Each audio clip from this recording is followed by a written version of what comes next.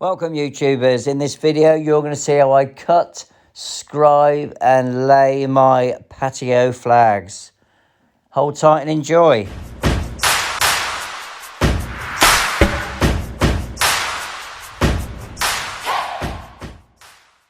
So welcome to episode 3 where you will see me scribing the slabs, laying the slabs ready for pointing and using the Sika fast fix pointing compound. Hold tight. Good. 10mm grout gap, mortar gap, I'm a tiler, not a full-time patio layer. Right, this slab layer, it's alright, but I'd rather use a mortar mix with a bit more give, because I've been doing as the instructions say. I've never used it before. It's quick to, because I've only got to mix it in a wheelbarrow, but the time it's taken, because I'm used to doing it a certain way, like mixing mortar and cement, sharp sand cement, and doing it in the wheelbarrow with a bit of plasticizer, and it has a bit more flexibility, so you can sort of rough it all up, put the slab on, and it goes in straight away. With the slab layer, it's quite heavy because you're mixing it on the ground, so I'm finding I'm having to screed it. So this is a bit featherboard, that's my slab, so that's the edge, so I run it along the slab roughly, and that sort of screws it to roughly the right level, if that makes sense, with my fall running into the retaining wall. So fall is coming down this way. You probably can't see it on the camera.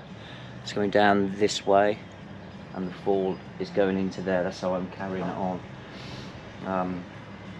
But it's time consuming. I'm not used to it. I think I'd go back to mixing it, to be fair, or getting a cement mixer like I've done before, but this is too small for that. So anyway, we'll carry on. I'll film a bit now, so yeah, I'll film the next bit after my coffee and tea.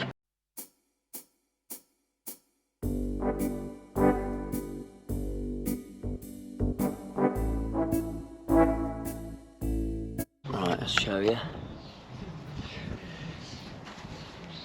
So right, so you place, this is sprit bond, so this tile, we're cutting in for this one there, here. So you place the tile directly on the previous tile, so they're dead the same size. This is the width of the tile, plus 10mm either side for the mortar gap, alright? So it's bigger. So now all I have to do is hold it, it's only rough, it's not like tiling in a bathroom. Put that there, pencil there, can you see? And you run this down, keeping an eye on that, alright? Keeping it as straight as you can. This is pretty straight now. Yeah.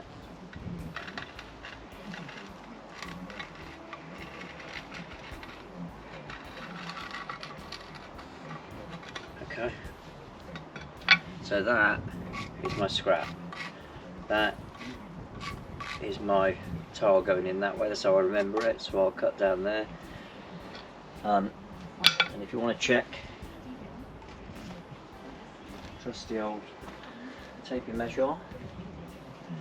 So what we're looking for on a full tile will be the same as that, which will be, so if I scribed it correctly, it should be 345. So that should be that. Same, it's roughly the same, isn't it? So I'll put that on there. And that's showing. Actually, it goes in a bit there. 360, 345. That's strange. Maybe it's because of that. I'll cut that.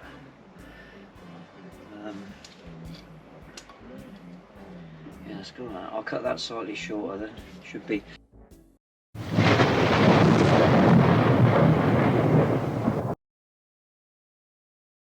This is where I realised I made a huge mistake. Not really.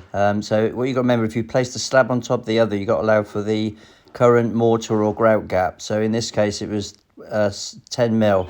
So you got to do 20mm. You got to make the jig, your improvised wooden jig, 20mm bigger. So our slab was 450, so we needed a 470. I've done it at 430. That one was short, so always measure just to check this. So this meant this slab was wrong and I had to recut. That and make that tighter. And I'll still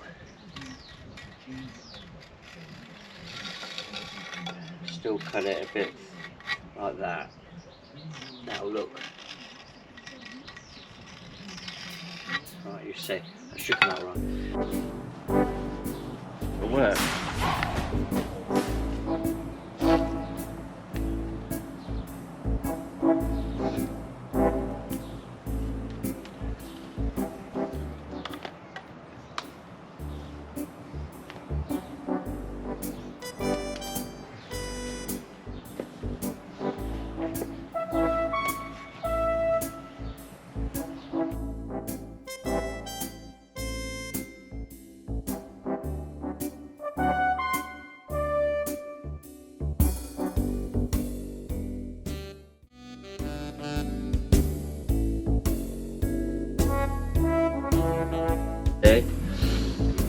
Fits. I've just got to level it. So I sort of made it shorter there to blend that, and then I've gone a bit closer to there, but I don't want to go much closer. So that's my 10mm either side, so perfect. How can you see?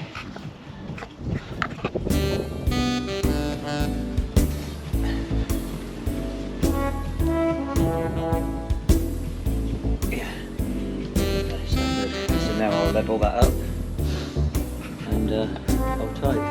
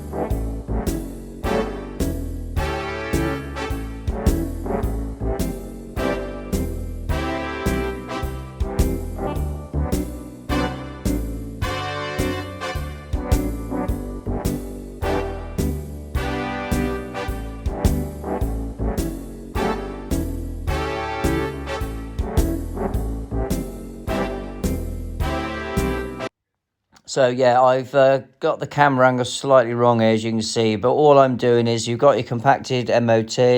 I'm pouring a layer of 25mm, that's the optimum level of slab layer, screeding it with my improvised screed rail, which I made out of feather edge. So that was the 35mm, and then using the edge of the old patio to get it roughly level. You can see me doing it now. Then wet it down, rake it out a little bit more, re-screed it, and then wet the back of the flag to make sure it adheres to the slab layer. That's quite important. No, not loads of water, but wet it enough, and then make slight adjustments to take out any wobbling. Use the spirit level to make the fall go the correct way into the retaining wall. So sometimes they went down very quick. Other times I had to mess about a bit and move a little bit of slab layer. I think in future I would go back to sand and cement. I found it a little bit difficult. It's 3 PM. A few more to lay. So I'll flatten the hardcore a bit. Get them in, and that'll be it. Tidy up. Further to the MOT and the skip. So I've stupidly cut the bag so they can't lift it. You normally get the skip bloke to lift any MOT if there's room. He'll lift it back up in the thing, and they'll either have it or they'll dump it as long as there's room in your skip. They could lift it in, just some top tip of the day. But stupidly I cut the bag to get, wasn't thinking. So I'm getting a bit of the hang of this slab layer, but I don't think I'll use it again. I think I'll go back to mixing. I'm just used to it. But speed's coming a bit, so yeah, nearly at the end now. So this is the final little bits. I had a little problem here with the MOT type 1 was a bit high and I couldn't compact it anymore. So all I'm using is my rubber mallet and my trowel, bucket trowel, just to compact the slab layer down. I dampened it down a little bit more and it worked fine. As you'll see in the last episode, when I went back to use the Sika, fast fix joint compound, pointing compound. It was stuck brilliantly in all levels, so really happy. So I'm tidying up. Dust goes everywhere. Rain will clear that. So they're down, just need pointing. These edges I've had to cut further away. I could have done an angle, but because the foundation steps in, if you get what I mean, you can't get that any deeper. So if I had it really tight up to the retaining wall, you wouldn't be able to have, there'd be no mortar under it. It'll look nice when it's pointed though. So,